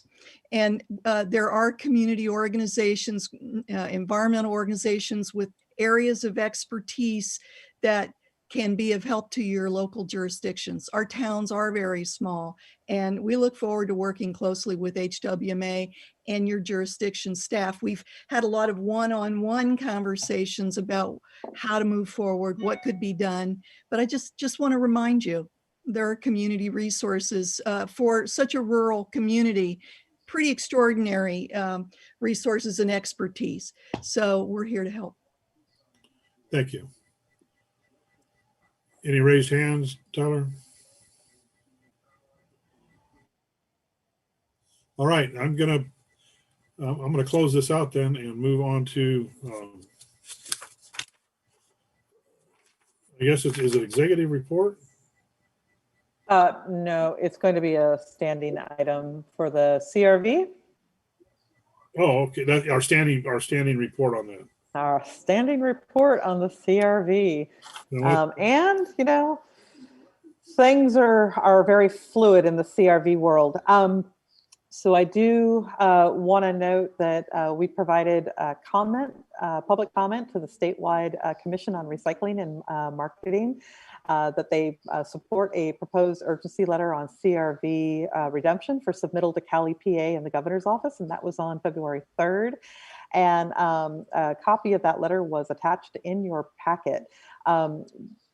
Myself and Linda have been meeting regularly with the local grocers association, and the North Coast Journal, for folks who hadn't seen it, the link is in your packet as well. They published an in-depth story on CRV buyback on their January 28th edition.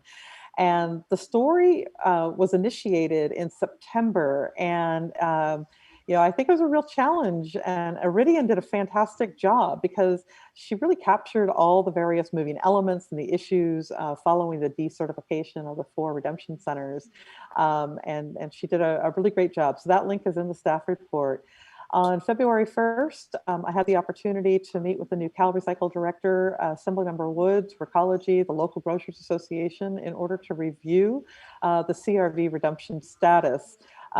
Through that meeting, they did clarify that grocers are going to be obligated to pay the $100 a day, or they have to accept the CRV containers. Cal Recycle does list in their in-store redemption website that now shows that there are 43 locations in Humboldt County where consumers can redeem containers. Now, they are able to set limits that, that are considerably less than recycling centers take. And my understanding is that there's a couple gas stations in Eureka, and they'll only cash out up to $2.50 a day, but they are redeeming those containers. One of the pieces of information that came out during this meeting is that Cal Recycle is supporting extension of the pilot program for an additional 5 projects with $5 million funding. Of course, this is going to require legislative approval. And if that is approved, it would be a competitive grant. It's kind of funny. The new director said, well, we have this idea. Maybe Humboldt could do appointments underneath this umbrella. And, you would have to make sure that it includes reverse vending machines. I just like, yeah, okay. They would be looking at extending the sunset date to January 1st of 2022. Or excuse me, that would be extended. They don't have an end date at this time. I did ask during that meeting that if the legislation was going to be extended or amended, if they could please remove the statutory restriction of the pounds, of the allowable pounds per day daily load limit to 25 pounds per day. Board members will remember that the allowable daily load limit, if you want to bring material in, is 100 pounds of aluminum, 100 pounds of plastic, and 1,000 pounds of glass. Underneath the pilot project, they ratcheted it all down so that it was 25 pounds per day, end of story. And of course, we're trying to figure out how to alleviate the backlog of material that is out there. Their staff, interestingly enough, was unfamiliar with the details of that specific limitation because it hasn't come up in any other conversations. For a project to be approved with a reverse vending machine, HWMA would need to identify potential locations and partners. There have been a couple of the grocers in that grocers group who have said, we could be interested in potentially locating a reverse vending machine unit on our site. Some places they're not going to be well suited for it, but there at least is a receptiveness that we couldn't have gotten there a year ago. The city of Arcata approved a letter urging representatives to take urgent legislation for relief. The city of Eureka is scheduled to take up this issue on February 16th. I'm aware that the Board of Supervisors took up a letter, but there wasn't a authorization for the chair to sign. So Amy Nielsen sent me a draft tonight so that they can get a letter out to our representatives. The statewide recycling commission's letter, which was approved on that February 3rd, echoes many of the same points that HWMA had expressed. And quite frankly, their letter really was actually more strident than I thought it would be, but it really illustrates how underserved the state of California is as a whole in the CRV program. The circuit rider for California League of Cities reached out last week. We had a great conversation last Friday, and there is an active interest in supporting the introduction of urgency or an emergency bill to enable recertification and operation by appointment and the lifting of allowable daily load limits. The deadline for urgency bill introduction is February 19th, which is why I'm encouraging that we get letters coming in so that we can distribute them as quickly as possible. Frank, I also received the City of Rio Dell's letter this morning. So we also have the City of Rio Dell who's weighed in on this. The individual who I had discussed at last month's meeting, who was interested in the possibility of establishing a CRV redemption center, he is still wading through the information, and he is going to be contacting Cal Recycle to see about the possibility of establishing a redemption center in the Fortuna area. Again, RCRC, California League of Cities, CSAC, and Environmental Services, JPA, they also approved a letter that went out on Tuesday the 9th, urging the introduction of urgent legislation. There are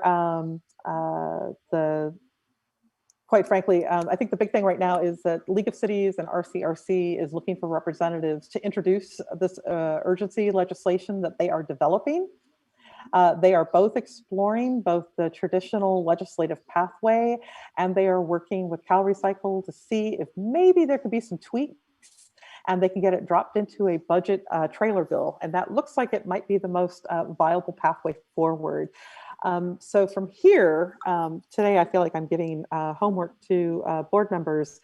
I would really encourage each of you to please reach out and ask Assemblymember Woods and Senator McGuire to encourage that they consider being the author or authors of the language which is going to be developed by the California League of Cities and RCRC to help resolve this CRV issue. And that concludes my CRV report.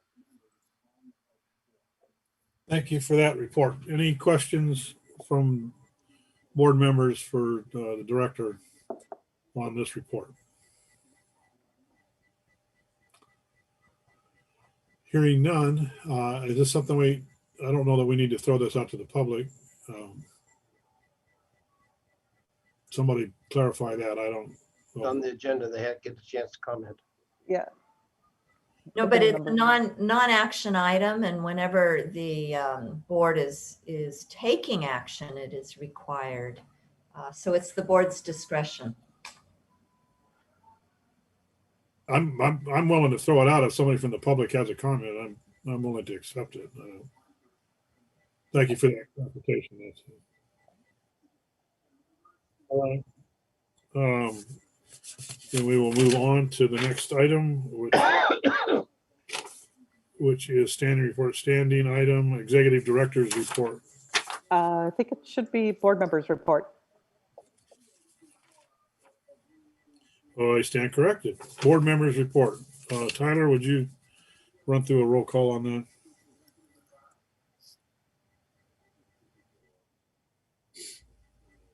Happy to be here. Nothing else to report. Thank you.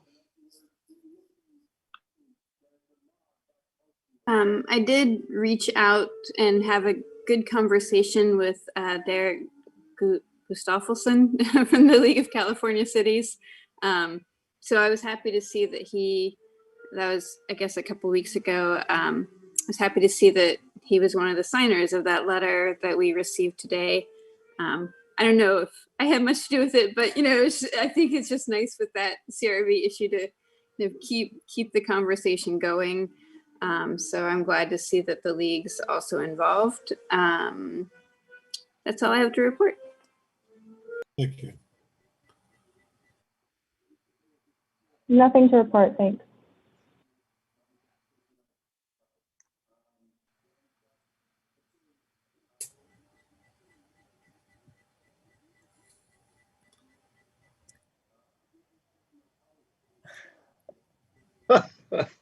Difficult, yes. Welcome aboard, by the way. Thank you. Most of the time. Do you have anything to report from Ferndale? No, I don't. Okay. Nothing to report. Okay, that takes us through board reports. I guess that now moves us to the standing director's report. Yeah, and there's some pretty big things that have been occurring. So I'm going to give this as a little bit of background, especially for our newest member, but then we also have a couple of members who are still little bit young in in their tenure with HWMA. Board members will recall that I sent you just a short email last week informing you of a situation involving our green waste. For background, HWMA had entered into a 10-year green waste processing agreement with Mad River Hardwood Corporation, and the corporation officers are Wes, Teresa, and Nick Green. Mad River Hardwood Corporation is the owner of the property where the business West Green Landscaping in Arcata is co-located. And West Green Landscaping was purchased by Nick Green, the son of West Green, in 2017. I say that because you're going to hear just like some twisting and turnings in this. And so, basically, green waste is accepted at the property for processing and composting by West Green Landscaping. However, HWMA and the cities of Arcata's green waste is processed. We have the agreement with Mad River Hardwoods, and they have an operational agreement with West Green Landscaping to process the material. So, our contract is, like I said, with Mad River Hardwoods. HWMA and the city of Arcata was notified last Wednesday, February 3rd, that a dispute arose between West Green Landscaping and Mad River Hardwood representatives, which has now placed our green waste processing services into jeopardy. There have been a series of conversations between members of the Green family, and currently a member is refusing another member access to the site so that our material can get processed. However, West Green Landscaping is continuing to accept cash paying customers to drop off their green waste materials. So we immediately coordinated with Bettendorf and Dry Creek Composting. It is located at the Dry Creek landfill, but they have a full composting operation so that our green waste that is received at HWMA's transfer station, as well as the city of Arcata's green waste, the residential drop-off waste, that will continue to be processed into compost and it won't be landfilled. The cost difference, which is going to be considerable, will be covered through Mad River Hardwoods, reimbursing the authority for our cost. The City of Arcata did issue a press release last Thursday informing their green waste program residents of this temporary change. And HWMA provided notification to the county LEA of the temporary change in material destination. And we received approval for that on Tuesday, February 11th. We receive approximately 200 tons per week of green waste. And certainly we don't have the storage capacity for that volume of material in terms of being able to accumulate it for any long period of time. And there is a very limited ability of walking floor trailers. Traditionally, we put material like the solid waste into a possum belly trailer. There's a tipper and it's able to, the trailer is removed from the truck, and then they just simply tip it back and drop it. In this case, they don't have a tipper where the green waste operation is, and so we're having to haul it down in walking floor trailers, and there's not a whole lot of them. We are further exploring the possibility of sending some green waste down to Cold Creek Compost using another transporter if we are able to secure. We're going to do a trial run tomorrow and take a look at what that looks like for turnaround time and cost. The hauling distance is shorter, but unfortunately those trailers are not going to be able to get loaded to the same weight as our regular trailers do. So this is, obviously another one of these very fluid situations. We are all very hopeful that the dispute between the family members can be resolved in a relatively short time frame, but honestly, we're planning for at least 30 to 60 days before we're able to start resuming back to the Arcata site. The issue has nothing to do with our contract in terms of HWMA and our relationship with Mad River Hardwoods or West Green Landscaping. It is simply a dispute between the parties of West Green Landscaping and Mad River Hardwood, and we're essentially the collateral damage, and that's made it really awkward for everybody.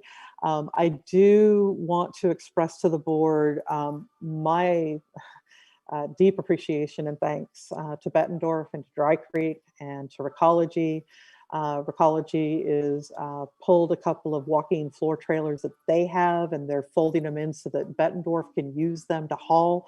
And Humboldt Sanitation for their willingness and all of their responsiveness in helping to navigate this really critical matter. I also want to acknowledge our Director of Operations in helping to facilitate temporary solutions to ensure that this material continues to get composted and handled this way, not being landfilled. And honestly, like CRV, it really shows how vulnerable our waste management system is. And it's been a considerable investment in the development of that infrastructure. HWMA was involved with in the beginning, and it's just currently a really challenging moment. So stay tuned. If anybody has any questions, feel free to reach out to me. We're doing the best that we're able to do so that we can continue accepting and getting the green waste out appropriately. I'm going to stop there to see if anybody has any questions specific to the green waste. I do have 2 more items to let you know. Any board members have questions for? Have we, and I'm sure you have, what were Steve Morris and Bob Fegus and the people that do have chippers and everything else and grinders, what were, we pay $600,000 a year to Mad River Hardwood. Correct. That would be a, and if nothing else, finding an avenue here where we split the weight, so we grind it here so we can actually hit the 50,000 pound volume, because you can't do it in branches. So you could, because otherwise what's going to be 12 trucks, we can take down to 8 trucks if we can fill them up to weight. Yep. It's going to take 12, because you're only going to be able to haul about 36,000 pounds if you're not going to grind any of it. That is correct. And so I was talking, so first off, this happened, last week. So we were immediately, trying to get our fallback plan together. And the parties were actually hopeful that they were going to have it resolved within a week or 2. And based on some of the more recent information, I don't think it's going to be a week or 2. And so Eric and I were talking this afternoon around the possibility of a grinder. We can't have a grinder on our site, so contracting out with somebody. So we'll be taking a look at that one in the next couple of days. I don't know what the availability is of Steve Morris and Rex. I was trying to recall, is it Knight or McKnight that also does grinding services? Yeah, I don't think he's doing it anymore though. Okay. If you've got some names of people that are doing grinding locally, that would be really helpful for us. Well, the list that I have is old. Grinders are sitting right now because of the closing of DG Fairhaven. So all that, Okay. all that material there that was being ground. I still think there's a little bit being done down in Frank's neighborhood. And so, I mean, there is still some options to get rid of it, but I just hauling it all the way to Dry Creek. Again, we're hauling our problems into another state. And again, we're talking about containing, a few 100,000 pounds of organic waste, but we're going to drive this stuff 500 miles to another state. Right. And it just amazes me sometimes that well, like I said, that was pick up a penny. Yeah, and like I said, that was our emergency sort of response in anticipation that they'd be able to resolve this relatively quickly, and it'll obviously take a little bit of time, and we accumulate material faster than we're able to get it out. So Fully understand, but what I'm saying is, if somebody steps up to do it, then they will probably want to sign a new extended contract. Mm-hmm. And because it sounds like the contract's already been broken between Mad River and West Green. So, because they're not providing the service. That's correct. Okay. Yeah. All right. So thank you. If you've got some more information, 'em. Rex, just shoot me an email. I would really appreciate it. Any other questions on the green waste? Can I? I think you've been using Cold Creek compost and Dry Creek landfill. Am I right? Kind of interchangeably. Have you checked in with? They're 165 miles south. Cold Creek compost. Did you check in with them to see if they might be an interim? So we use Metaver Hardwoods. That's who we use for the interim. We sent it up to Dry Creek, and we're sending our first load tomorrow. One of the things that we've identified, and we're still trying to get information. The cost to Cold Creek is considerably more, even with that longer, and the load is not as much. So yeah, make sure that okay. Yep, we're looking at them as well. Any other questions? Seeing none, the other hot topic is treated wood waste. And board members will remember that treated wood waste, the waiver which allowed incidental material to be disposed of at transfer stations sunsetted on December 31st. So effective January 1st, all treated wood waste that would be coming in from, let's say, residents or small amounts from contractors is required to be handled as a hazardous waste. And that's a designation by the Department of Toxic Substance Control. Obviously, this sent a pretty significant reverberation through the state of California, because there's currently only one location in the state which accepts treated wood waste, and that is in Buttonwillows. And so DTSC, their director has been amazingly responsive to the concerns that have been expressed by all the generators and transfer stations and landfills. And so they have been developing variants. They've got they released today. We participated in a webinar, myself and Eric, that they will be accepting applications for a variance, and that will begin next week to allow certain sectors to accept and dispose of treated wood waste. The variances will be good for only 6-month period. You can reapply if it expires, but the variance, they anticipate the 6-month in anticipation that AB 332, which is an urgency bill, which I forwarded to all of you a while back, and that will allow the disposal of treated wood waste into transfer stations and to landfills. We did support an email of support to Assemblymember Wood and McGuire back on January 28th.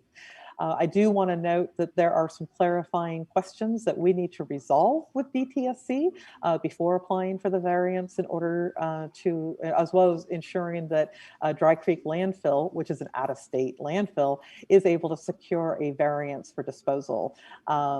Basically, the state of Oregon recognizes any limitations that the state of California has, so it's not a given that if you could just slide it out the back door and give it to Oregon or give it to Nevada.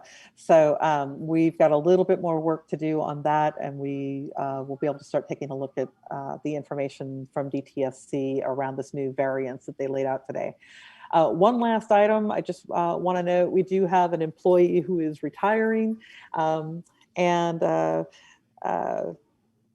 he's been a material diversion tech, and he's been responsible for our baling operations, and he is retiring after 41 years in the solid waste collection and recycling business. So he's worked in a number of capacities, including city garbage of Eureka. Then he went to work for ACRC, and then with HWMA. And so we certainly all wish him a happy retirement as he's preparing for what life is going to hold next for him. So that concludes my ED report.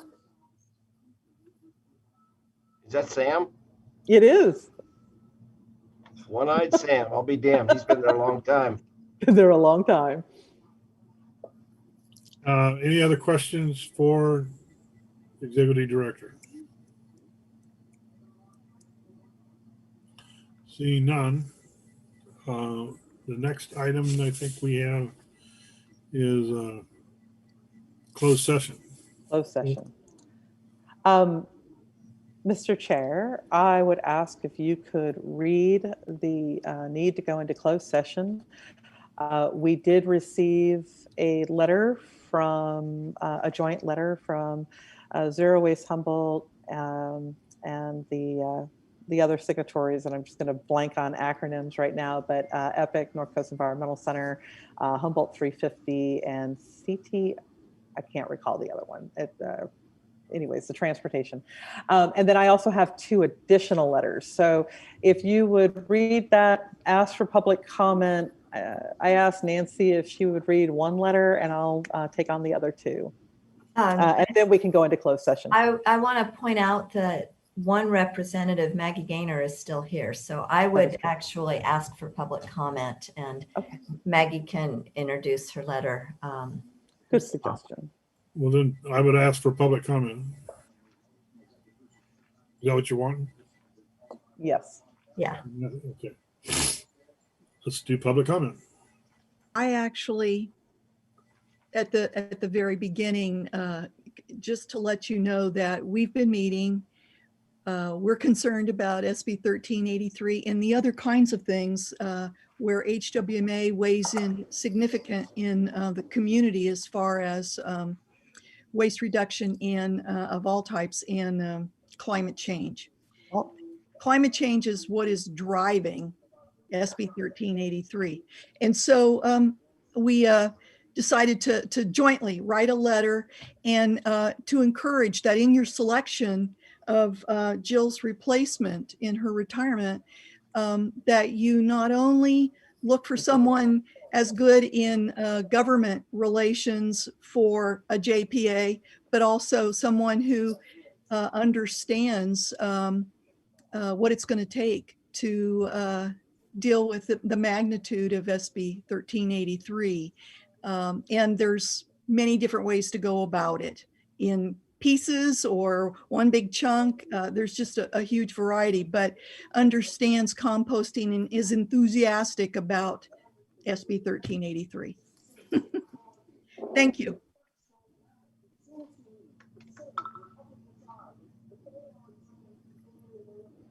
Any other public comment? So we did receive 2 letters, which I'll go ahead and read into the record. And I will note that when I get back into the office, I will scan them so that they're available, and we'll have it onto the website. This letter, the first letter, is from Kathy Chandler Klein of Arcata, and she is addressing the hiring committee. I am writing to encourage you to consider the following as part of your search for a new director for the Waste Authority. The proper disposal of organic waste to comply with state mandates is challenging, although it may not be easy to find ways to disperse edible food and compost organic waste here locally. It should be a high priority to solve these problems locally. Shipping our waste to other areas seems to undercut the purpose of reducing greenhouse gas emissions. We hope the new director will be committed to dealing with the waste here, familiar with our community resources and possibilities, and a creative problem solver. The second letter, is submitted by Emily Siegel, and she is a resident of Eureka, and she writes, I am writing to urge you to add a community representative with a background and knowledge about fulfilling the Organic Waste Methane Emissions Reduction Act, so that the new executive director that you hire will be someone who can address this issue effectively. California's SB 1383 requires the reduction of methane by diverting food from the waste stream and recycling organics so they do not end up in the landfill, because landfill methane is a powerful greenhouse gas. SB 1383 is an important tool in addressing climate change. Also, processing this food waste locally into compost will help money spent in our community and support our local food system. HWMA needs an executive director who is knowledgeable about these issues. And those are the three pieces of correspondence that the board received relative to the closed session item that we'll be going into momentarily. Okay, so we are, these are all public comments relating to the closed session. That's correct. Okay. Any others that any public hands going up that we haven't seen? So how are we going to do this public or this closed session? Do we have to? Host can kick anybody off.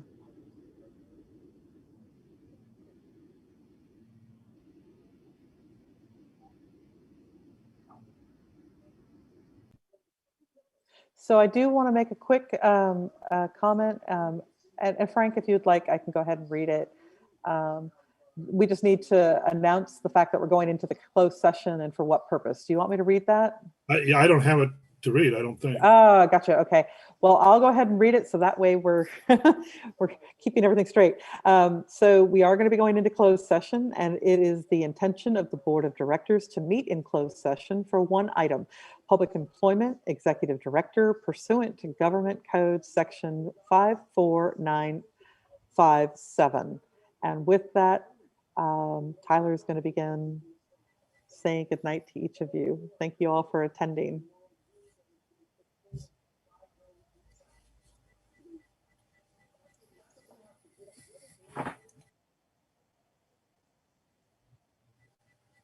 Thank you. And you've got the recording turned off, Tyler? Excellent. Okay, great. Thank you. I am now the host.